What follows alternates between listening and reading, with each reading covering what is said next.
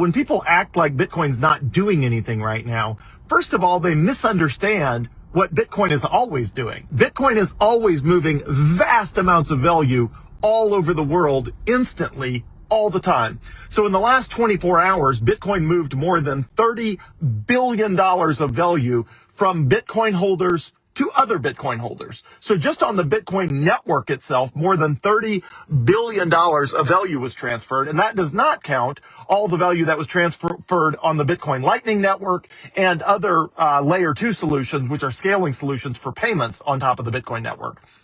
In addition to the more than $30 billion of value transferred on the Bitcoin network from Bitcoiners to Bitcoiners, where the native currency was Bitcoin, more than $60 billion was exchanged in and out of Bitcoin.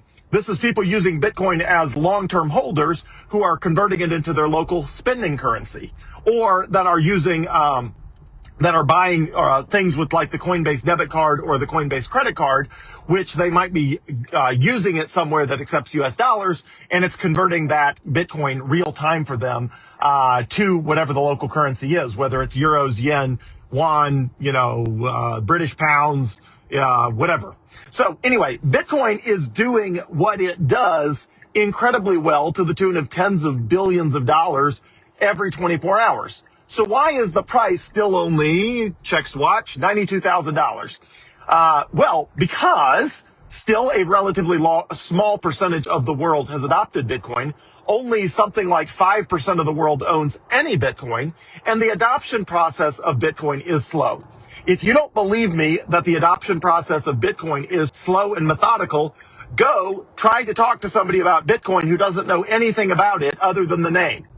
And I can promise you, it is going to take you hours, days, weeks, or years to help them understand what Bitcoin is and why it is valuable to them. Now, eventually, they will all get it. Just like in the early days of the internet, it took a very long time for people to understand the value. So I want you to picture yourself in 1995 trying to convince someone that the internet was going to be an insanely big deal 30 years later in 2025. Okay, or even 10 years later in 2005. And the conversation starts with, there's a thing called the internet. And their answer is, oh, I've heard of the internet. And you say, well, do you use the internet? No, but I've heard of the internet. You're like, well, it's going to be a really big deal. And they're like, yeah, but I feel like I've heard about it. And if it already was a really big deal, I'd already be using it. And because I'm not already using the internet in 1995, it probably is not going to be a big deal. And you're like, no, it's this huge deal. It's going to connect the entire world. And their response is, yeah, but why would I want to connect the entire world? Like, what value does that bring to me? And you're like, well, you'll be able to talk on the phone to anyone in the world. And they're like, well, I can already get a long distance calling card, and I can already call people on the other side of the world. It's kind of expensive, but I can already do that. And I don't need to do it very often. You're like, okay, but you're going to be able to do like video call them. And they're like, yeah, but I'm not sure I want them seeing my face. What if I don't have makeup on or something like that? And you're like, okay. You'll be able to shop online for anything you need. And the person's like, well, I can already go to Walmart.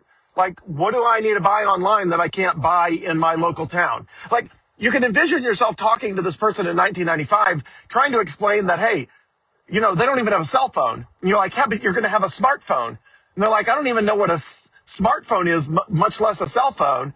And you're telling me that this cordless phone on my wall, where I have to stay within 30 feet, like, that's good enough for me. I can walk out in the yard. You're like, no, you don't get it. It's going to be huge. Like, they just don't get it. So that's where we are with Bitcoin. The vast majority of the world does not get Bitcoin, but they will. Like the internet, they didn't get it, but they will. And as they do, the adoption will increase. As the adoption of Bitcoin increases, the price of Bitcoin increases because the total number of people that hold Bitcoin increases, and the price has to reflect the supply and demand of how much Bitcoin there is and how many people want to own it and hold it and store value in it. And right now, with 5% of the world holding Bitcoin and most of those people owning only a very small amount of Bitcoin, the price is $92,000 per coin. At some point in the future, the price of Bitcoin will be significantly above $1 million per coin because a much higher percentage of the world will own Bitcoin, and the percentage of the world that owns Bitcoin will own a much larger percentage of their net worth in Bitcoin than today. Even today, a huge number of people that own Bitcoin only own, $50 or $200 or something like that. But they could have The same person who has $200 of Bitcoin may have tens of thousands of dollars in a stock portfolio, or a 401k, or an IRA, or a Roth IRA. Eventually, very large percentages of all of those assets will be in Bitcoin. Increasingly, that's already the case, but we're still very early in that process. So Bitcoin, if you want to know if Bitcoin is alive, you know, the Bitcoin blockchain is processing transactions every 10 minutes. The Bitcoin blockchain spits out a new block. You can track it all at mempool.space. That's MEMPOOL.space. Those 7 letters, MEM, stands for memory. MEMPOOL, pool as in like a swimming pool. Mempool, one word, mempool.space, SPACE, like SpaceX rockets or something. Anyway, mempool.space. And you can see in real time the lifeblood and the heartbeat of the Bitcoin blockchain processing transactions worth millions, tens of millions, billions of dollars of transactions every day. Tens of billions of dollars of value being transferred all over the universe every 10 minutes. So you can go watch that real time. And the Bitcoin Lightning Network transfers huge amounts of value, although there's not a way due to, you know, it's much more private, so there's not a way you can watch the Bitcoin Lightning Network in real time the way you can the Bitcoin on-chain network, or although there are websites that let you track things like that, but I just don't know them off the top of my head. So the Bitcoin network is processing tens of billions of dollars of transactions every 24 hours. People are exchanging in and out of other currencies to and from Bitcoin to the tune of more than $60 billion every 24 hours. Bitcoin is absolutely very much alive and well. And as adoption continues over time, which takes time, and again, if you don't believe it takes time for the world to adopt Bitcoin, try to convince anyone you know who doesn't get Bitcoin to get Bitcoin, and you will see it's hard. It's a rigorous process. It takes time. Bitcoin is hard to understand, just like people who didn't understand the internet. It was hard to understand how the internet works and how it will create value for the world. But eventually the whole world adopts it. Same with Bitcoin. It's hard to understand, but eventually it adopts it. So it's as simple as that. That's all there is to it. And if you have any questions, let me know. I am here to serve for anything you could possibly want to know about Bitcoin.